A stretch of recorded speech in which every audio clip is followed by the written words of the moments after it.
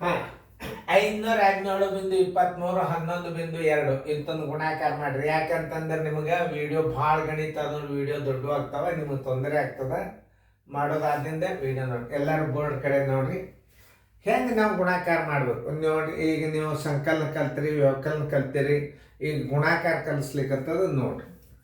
ಈಗ ಇವಕ್ಕೆ ದಶಮಾಂಶ ಇಲ್ಲ ಅಂತ ತಿಳ್ಕೊಂಡು 517.23 ಇಟ್ಟು ಬಿಡ್ರಿ. ನೀವು ದಶಮಾಂಶ ಇಲ್ಲ ಅಂತ ತಿಳ್ಕೊಂಡು ಇಟ್ಕೊಂಡು ಬಿಡೋದು. 112 ದಶಮಾಂಶ ಇಲ್ಲ ಅಂದ್ರೆ ಏನಾಯ್ತು, 112 ಆಯ್ತು.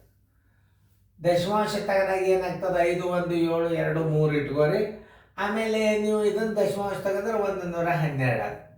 ಈಗ ನೀವು 12 ಮಗ್ಗೆ ಅದ ಇಲ್ಲ ನೋಡ್ರಿ, 12 ಮಗ್ಗಿಲಿ ಗುಣಾಕಾರ ಮಾಡ್ರಿ. 12 3 36 ಕೈಲವಂತು 3 ನೋಡ್ರಿ. 12 2 24 1 3 27 ಕೈಲವಂತು 2. 12 7 84 1 2 86 ಕೈಲವಂತು 8. 12 1 12 1 8 20 ಕೈಲವಂತು 2. 12 5 60 1 2 62. ಇನ್ನೊಂದ್ಸಲ ಮಾಡಿ ನೋಡ್ಬೇಕು. 12 3 36 3. 12 2 24 1 2 20. 12 3 36 3. 12 2 24 27. 12 7 84 1 2 86. 12 12 1 8 20. 12 5 61 2 62.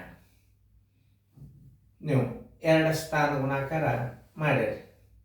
ಈ 2 ಗುಂಡ್ಲೆ ಹಾಕ್ರಿ. 2 ಅಂಕಿಲಿ ಗುಣಾಕಾರ ಮಾಡಿರಿ, 2 ಗುಂಡ್ಲೆ ಹಾಕ್ರಿ.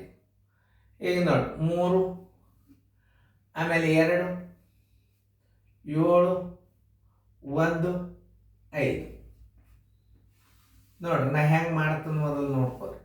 6 7 6 3 9 2 7 2 9 6 1 7 5ಕ್ಕೆ 5 ಎಷ್ಟು ದಶಮಾಂಶ 1 2 3 1 2 3 57 92 ಕರೆಕ್ಟ್ ಅದೆಲ್ಲ ಚೆಕ್ ನೋಡ್ತುನ ಆಮೇಲೆ ಹಚ್ಚಾಕಂತಾರೆ. ಅದನ್ನ ಕರೆಕ್ಟ್ ಇತ್ತು ಅಂತಂದ್ರೆ 57 92 57 92 976 ಕರೆಕ್ಟ್. ಹೆಂಗೆ ನಾ ಮಾಡಿದ್ ನೋಡ್ರಿ. ಇದ್ರ ಉತ್ತರ ಎಷ್ಟು, 57 92 57 92.976 ನೋಡ್ರಿ. ನೀವು 2 ಅಂಕಿಲಿ ಗುಣಾಕಾರ ಮಗ್ಗಿದ್ದು ಅಂದ್ರೆ 2 ಅಂಕಿಲಿ ಗುಣಾಕಾರ ಮಾಡಿ ನೀವು 2 ಗುಂಡ್ಲೆ ಹಾಕಿಬಿಡ್ಬೇಕು.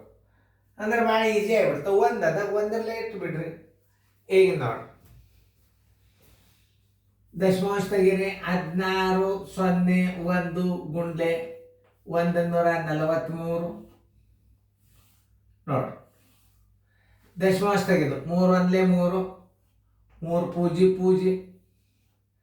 ಆಮೇಲೆ 3 6 18 ಕೈಲ ಬಂತು 1 3 1 3 1 4 1 ಗುಂಡ್ಲೆ ಹಾಕಿದೆ.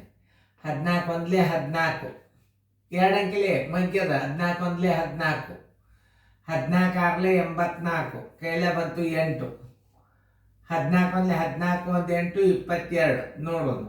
ಏನು 2 ಗುಂಡ್ಲೆ ಹಾಕ್ಬೇಕಾಗ್ತದೋ 1 ಗುಂಡ್ಲೆ ಹಾಕ್ಬೇಕಾಗ್ತದೋ ನೋಡೋದು. 3 4 9 8 2 2 1 2 3 ಸ್ಥಾನ ಬಿಟ್ಟು 228 943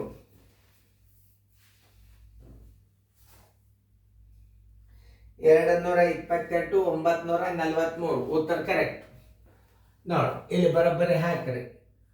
228.943 ನೋಡಿ ಹೆಂಗೆ ಗುಣಾಕಾರ ಮಾಡಬೇಕು.